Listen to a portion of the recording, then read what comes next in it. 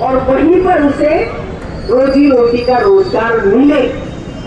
ये तो सोच थी देश के प्रधानमंत्री मनमोहन सिंह जी की और कांग्रेस पार्टी की सोच थी कि कंपनियां जिस तरह से उनका अत्याचार करती थी, उन पर मनमाने तरीके से उनको मजदूरी नहीं देती थी, यूनियन नहीं बनने देती थी फैक्ट्रियां, तो उस पर रोक लग सके और मेरे देश के हर युवक को रोजगार मिले। तो ये नहीं कहे कि मैं बेरोजगार हूं। कोरोना काल में किस तरह से देश थम सा गया था, लेकिन नरेगा तभी भी चल गया। और कैसा बनाया कानून भी आप सोचिए। ये गांव का आदमी चीन में ढाणियों में मोबाइल काम ही नहीं करता, वहां पर नेटवर्किंग नहीं है। ऐसा हर स्टेट में है। वहां पर उसको फेस रीडिंग देनी होगी, अंगूठे का निशान देना होगा। अरे एक 200-300 रुपए के एक मजदूर से आप इस निशानी मांग रहे हो? क्यों नहीं मानते वो अरबपति करोड़पति उद्योगपतियों से जो हजारों करोड़ रुपए खाकर बैठे हैं? क्यों नहीं लेते उनसे? क्या गांव के आदमी पर ही लागू करने सारे कानून? और भूमि मंशा देखिए कि पैसा भी 40% राज्य सरकार देगी और फिर राज्य सरकार का पैसा जमा करा लेते। मैं एक बड़ी बात बताती हूँ कि पहले कांग्रेस के शासन में जो भी योजना चलती थी उसका पहले पैसा भारत सरकार का आता था राज्यों में, और अब हमारे राज्य का पैसा सालों से जमा करवा लेते हैं और उसके बाद कई सालों बाद हजारों करोड़ का जब उसका ब्याज इकट्ठा हो जाता है तब अपने स्टेट को देते हैं। जब से बीजेपी की सरकार बनी, नरेगा का पैसा नहीं आ रहा, पेंशन नहीं आ रही, छात्रवृत्ति नहीं आ रही, आवास योजना नहीं आ रहा, हमारा पैसा ही नहीं आ रहा। सारी चीज पर रोक लगा दी। दे रहे तो किसको दे रहे? बड़े बड़े उद्योगपतियों को मुनाफा देने के लिए हजारों करोड़ का कर्जा भी माफ कर रहे, उनकी कंपनियों को लोन भी दे रहे, पैसा भी दे रहे।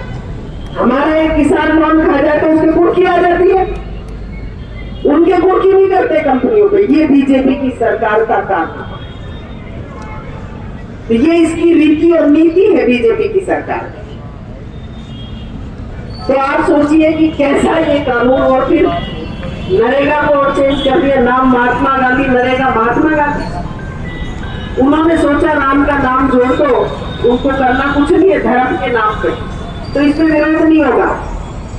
महात्मा गांधी भी राम ही बोलते थे, उनके लास्ट वचन भी यही थे, राम जय राम। तो फिर आप सोचिए।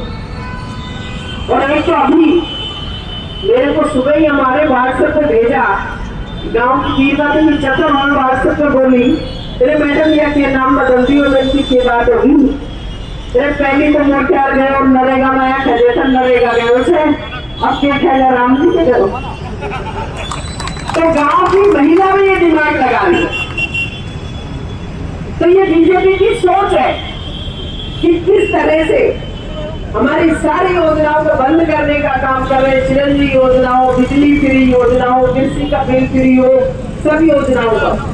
और हमारे नारायणपुर में अभी काउंसलिंग के जरिए बच्चियों को एडमिशन दे दिया था और अब उन बच्चियों को बाहर कर रहे हैं। वो कहाँ जाएंगी? वो काउंसलिंग के जरिए आई है और उनको बोलने से बाहर कर रहे हैं कि आप जाइए। अब कहाँ जाएंगे? उनको या तो सरकार से मांग करेंगे, मुख्यमंत्री उप मुख्यमंत्री जी से मिली है कुछ डेलीगेशन लेकर के, और कोई सुनवाई नहीं हो रही है बच्चियों की कि उनको नजदीक के कहीं भी जिले में उनको दिया जाए कॉलेज, जिससे उनका साल खराब हो। क्या कर रही है सरकार? पहले बनाया पेपर आउट का, पेपर आउट हो रहे हैं, सारे काम हो रहे हैं, मर्डर हो रहे हैं, चोरियां हो रही है, रात दिन चोरियां हो रही है, बांसुर में भी मर्डर हो रहे हैं, सब जगह हो रहे हैं। अब कुछ नहीं है। पहले तो करंट लगा देते थे छोटी सी बात पर, और अब ये जो नाम बदलने का काम किया, इससे गांव का, ढाणी का, महिला, पुरुष सब प्रभावित होंगे। ये बड़ी शर्म की बात है। आज के धरने में आप सब पधारे यहाँ पर, इसके लिए बहुत बहुत धन्यवाद। और अध्यक्ष जी और रामस्वरूप जी कह रहे थे कि कोई अधिकारी ऐसे बोलता है तो अधिकारी महोदय समय आना जाना है, अभी बहुत धूप है, शाम भी होगी सुबह भी होगी और 2 साल बाद कांग्रेस का राज आएगा ही आएगा। तो आपको ये चीजें ध्यान पे रखनी चाहिए और आम जन की बात को सुनना चाहिए।